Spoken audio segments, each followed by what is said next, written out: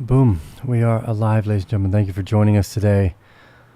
Damn, Bitcoin just on fire. A monster of a move the last 2.5 weeks. I got to check here again. Does that mean we are in new all-time highs? Is that what's happened? No, not quite yet, but damn, we're close.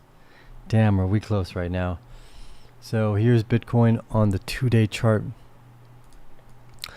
What's fun here is now you start to see the scale and variance I was talking about last time.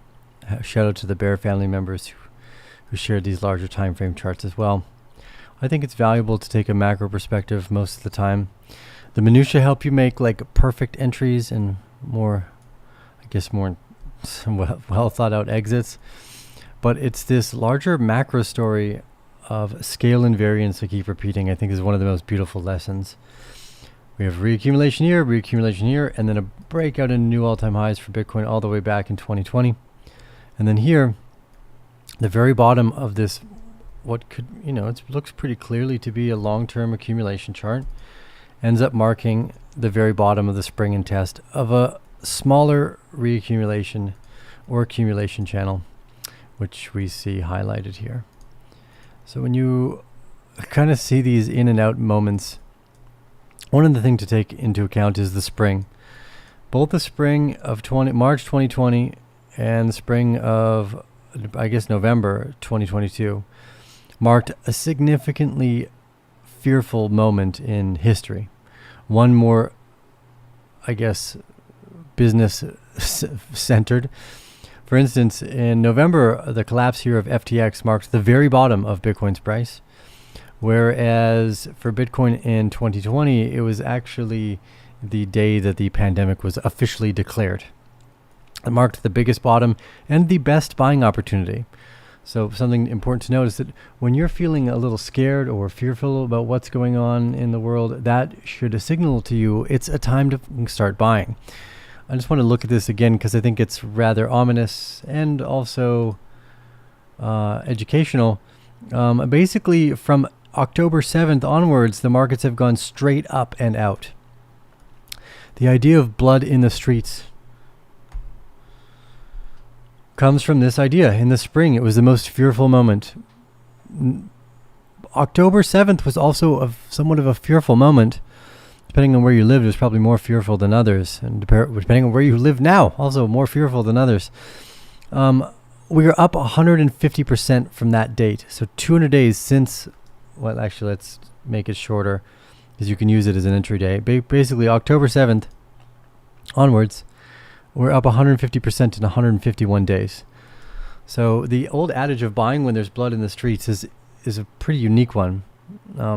It's very hard to get your mind wrapped around that one, but it has been an important part of almost all of the movements that we've seen. Some type of fear, and sometimes very real blood in the streets. So November, the Bitcoin bottom was not necessarily a blood in the street moment, aside from the collapse of some of the bigger players, FTX, Celsius, Luna, a few others that went in there. In March of 2020, it was the pandemic bottom.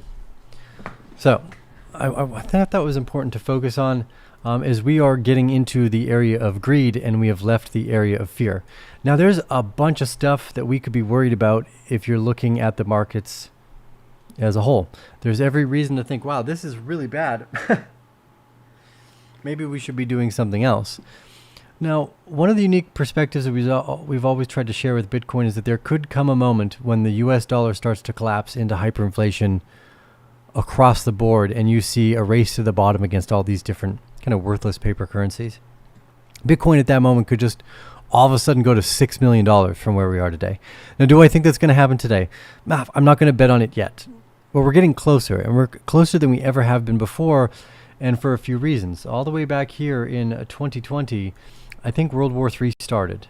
So we've been in a very big bull market since World War III started, which was March 20th.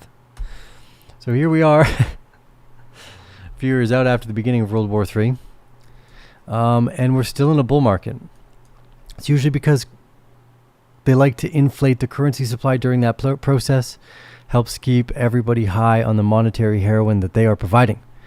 is a great way to confuse and distract, as if everybody is relatively still well-fed and kind of ignorant to what's going on outside of the general mainstream media or the areas that you're allowed to visit on your internet. So how close are we to the end of the US dollar? I would say by 2030 it's probably over. So we're in the final stretch. I think we're in the final stretch, which means this could get real weird real fast. So we're finally breaking up into this resistance area of the previous top for Bitcoin. I've probably find some level of consolidation here, but I don't think much. Again, remember our previous thesis says we just broke out of a widening megaphone accumulation pattern that started right at the spring. And basically every time we've seen that before, from here on outwards, it's just onwards and upwards for another few hundred days. So for Bitcoin, we could be just at the beginning of the bull market. And for Fetch, we're already in new all-time highs. So Bitcoin's only a hair's length away from new all-time highs. I suspect that there will be some recent profit taking and just kind of price checking in this area. How low do we go? Again, it's always nice to see a bottom check of the widening megaphone pattern, but as we've seen in crypto in the past, you're lucky if it gets close to the bottom and it gives you that final entry point. We've seen it many times before where we just scroll back to here with Bitcoin in 2020. The movement through the widening megaphone pattern, basically once we jumped outside of the top of that, there was a very small reaccumulation channel that took place, and then the real bull market started. So if we're lucky, we'll have a nice small reaccumulation pattern somewhere along here, but it's when we zoom in a little bit closer that things start to look a little bit even more bullish. So this was a very strong indicator. We had drawn this out in the previous show, just a kind of a general reaccumulation pattern with a phase C that doesn't pop into the bottom. And here we go. It's basically a very low volume spring, and the price continued to march onwards and upwards. We're probably going to be in a new all-time highs very shortly for Bitcoin. We could see a back test here of the top of this trading range, which we do see quite frequently, but maybe not. There's just so much fervor, and FOMO is going to start to scream into this ecosystem.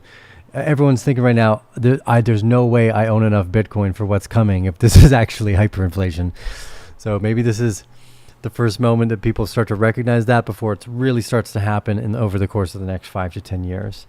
I don't think it'll be an overnight situation.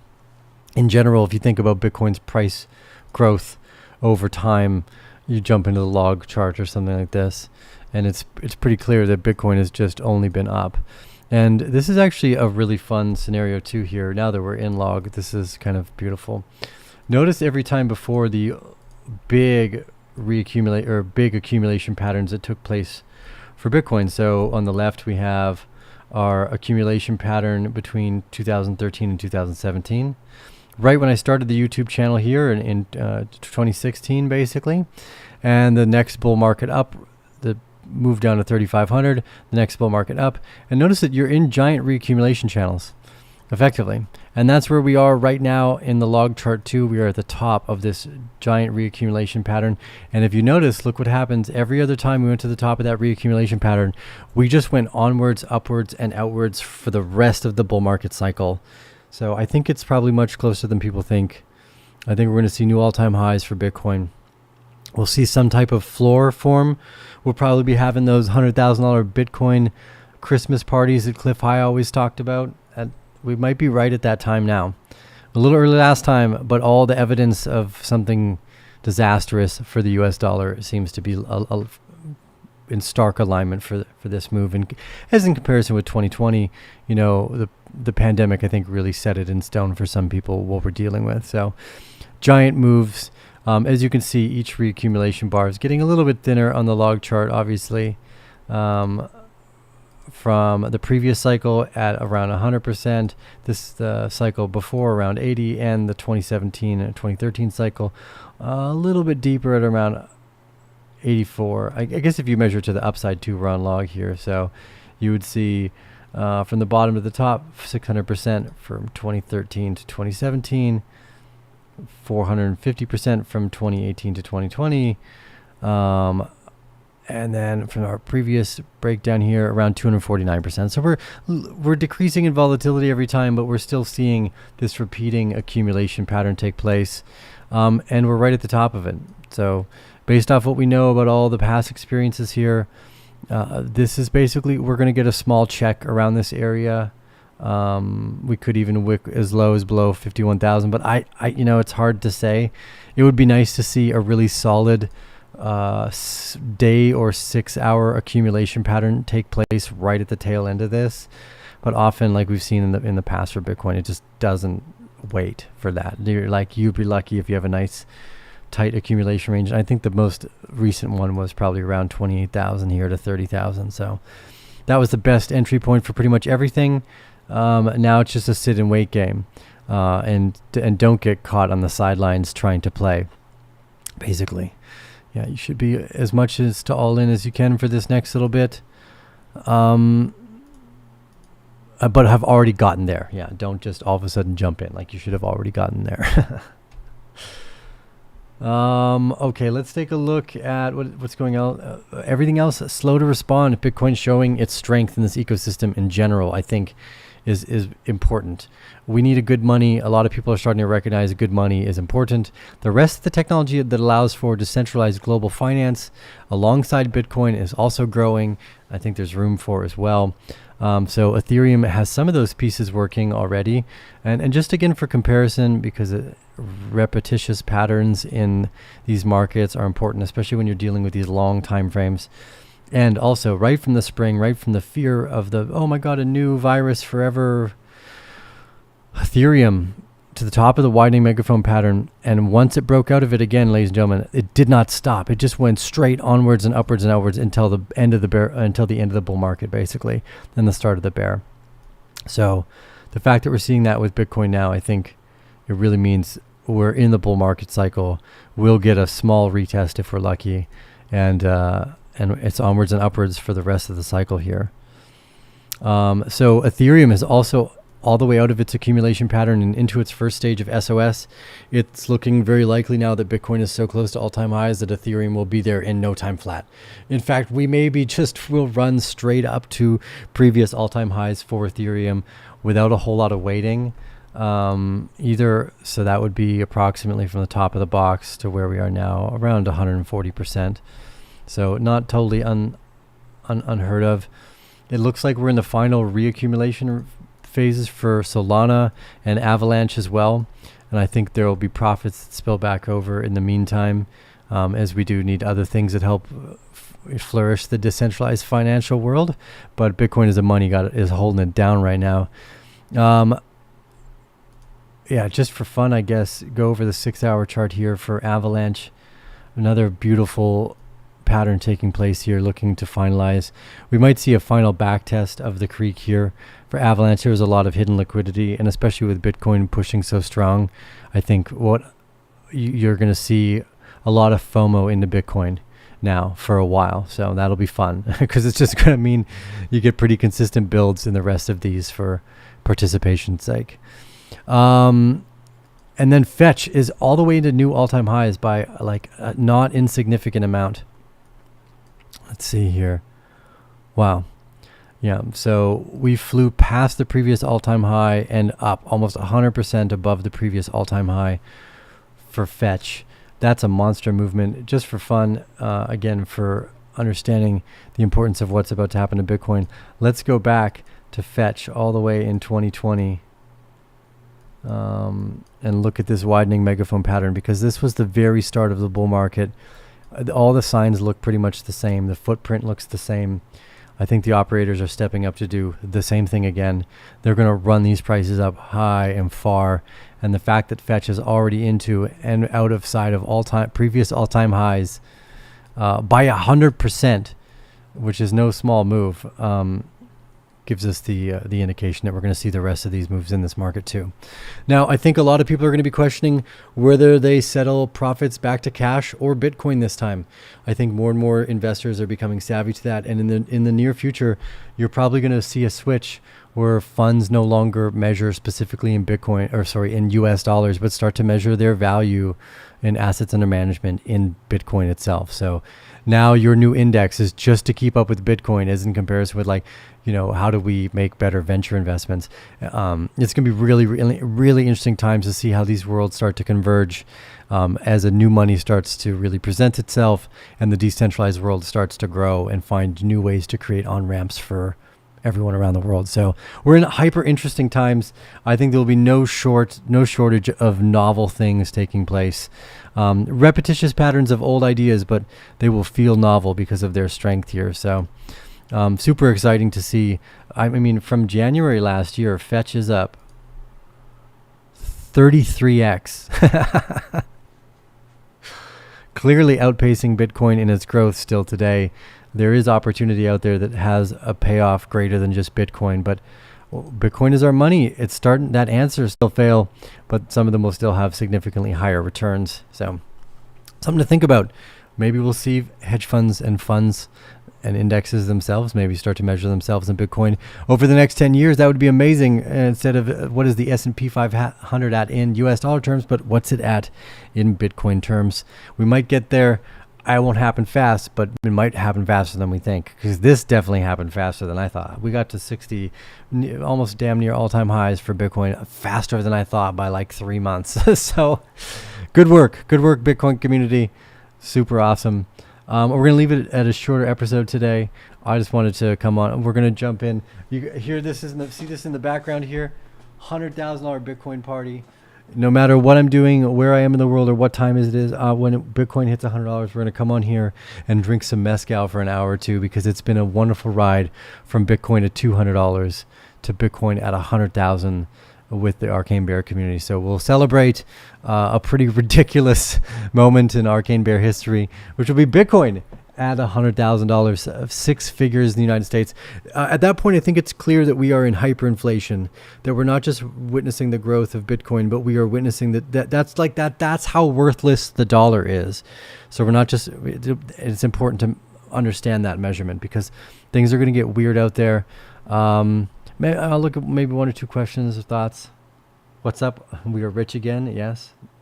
Just had less money for a little bit, but always rich. Could you look at Litecoin? Not at the moment. I'm not going to look at too many charts right now. I just wanted to go over that kind of thought process, the idea of fear, and that we are getting into greed right now. And there's reason for people to be fearful, but they just, when it's common knowledge, then we'll start to figure out what we're going to do. Crypto veteran here, only keep a small amount on exchanges. That's a very smart idea. If you haven't yet, put everything that you can on a ledger. If you need to be, and you're being risky with your stack, know you could lose it. As long as you understand that risk, I guess it's fine. When do you think we'll reach 100K? You know, Cliff Highs was, he said for Christmas, we'd be having like Christmas parties for Bitcoin at 100K. So maybe that's what we go back to. We go to Christmas parties for Bitcoin near 100K. So maybe after August, we see maybe the bull market just gets crazier than we think too. This could be the moment. We don't know. I'm saying from here to 2030, but it could be happening now. Hyperinflation is a weird thing. I've never lived through it. Have you?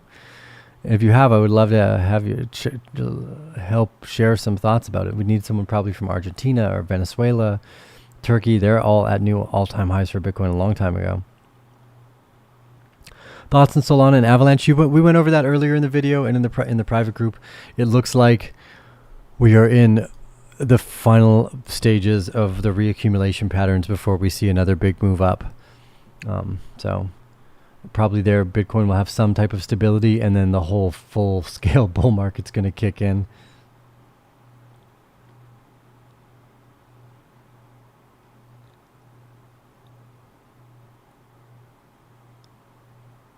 I haven't bought any of the new Sol or Ethereum launches. No, I'm not even sure what that means necessarily. Does it worry that we go this high before halving? Yeah, I suspect that the ETF will have some sort of sell-off, because these big investors, I mean, God, getting 100% gain in with liquidity like that, nah, they'll want to exit some, because 100% is huge. So I suspect we see some volatility, but I don't know. Why would you want to be exiting back into cash? I think people are going to start to really understand that over the next little while. So do the big funds understand that now? I'm not sure yet, but they might start understanding that, or they will eventually. So I'm not worried. I'm curious, I guess, more than I'm interested to see what happens here. This is a fascinating turn of events to have mainstream capital start driving in now, because that's the money printer. So it can move both directions, I guess. But for now, up. Yeah, the bull market is earlier in this stage. So again, how we look at the risk of some of these conversations of, okay, the bull market is earlier now than it was before, but we have a lot more capital that was sitting on the sidelines. It was highly regulated, that wasn't able to get itself in. That's having a pretty easy time getting itself in now. So we have to think about it slightly differently, and maybe the outcomes of that too. So for fun here, we were following the block here. It's got some fun data. Look at the 29th here of February, the last recorded date that they have. $898 million in Bitcoin bought and only 200 million sold. The amount of buying versus selling right now is huge. So we'll keep an eye on this to see if inflows start to increase, but the fact that you have so much being bought by these ETFs. Now, again, I don't think that's a good thing. I think people are probably going to end up losing their Bitcoin to the ETF. You're going to have some sort of drawdown. Like, just don't only be acquiring Bitcoin at this point. There'll be a time to sell, but it's not now. It's definitely not now. Shorting is not the time now, unless you're using advanced call options as a insurance, basically. There's no reason to be shorting. This is about to go bananas, I think, again, so keep a close eye on that. Yeah, that's a huge amount of inflow, and that's most of it coming from IBIT at 612 million there, 245 million from FBTC, and the rest are just like fractions. Huge. So we'll keep an eye on this one as we go. Bitcoin, look, again, if we're lucky, we'll find some sort of more volatile reaccumulation range for Bitcoin here, or maybe it comes all the way back down to the LPS of 39 grand, but I don't know. That would be amazing, though, if you saw one final big reaccumulation pattern that took like 3 months here, like this, and then the takeoff. That would be amazing, but I don't know. It's hard to say why we would end up back down to 48 grand now, as we're already out of that widening Livermore pattern. I don't know. It could just go bananas here. I would be, if we weren't out of the Livermore pattern, I'd be like, maybe we could come back. But after the fact that we didn't at all recheck 36 grand, we only did 38. It's BFFB. Bullish as fuck. BAF. It's BAF out there. Anyways, so something to keep an eye on. Obviously, congratulations, everyone. That's fantastic. We'll see you at 100K. Appreciate y'all. I'm signing off for the day. The internet is way better out here, but I also have now Starlink. We've got an unboxing video we're going to post. We're going to do more jungle videos as well in the interim here. So it's not just all charting. We can do some fun random, hey, we're building a new house in the jungle video. Awesome. We'll see you guys in the next episode. Thanks for joining. Ciao.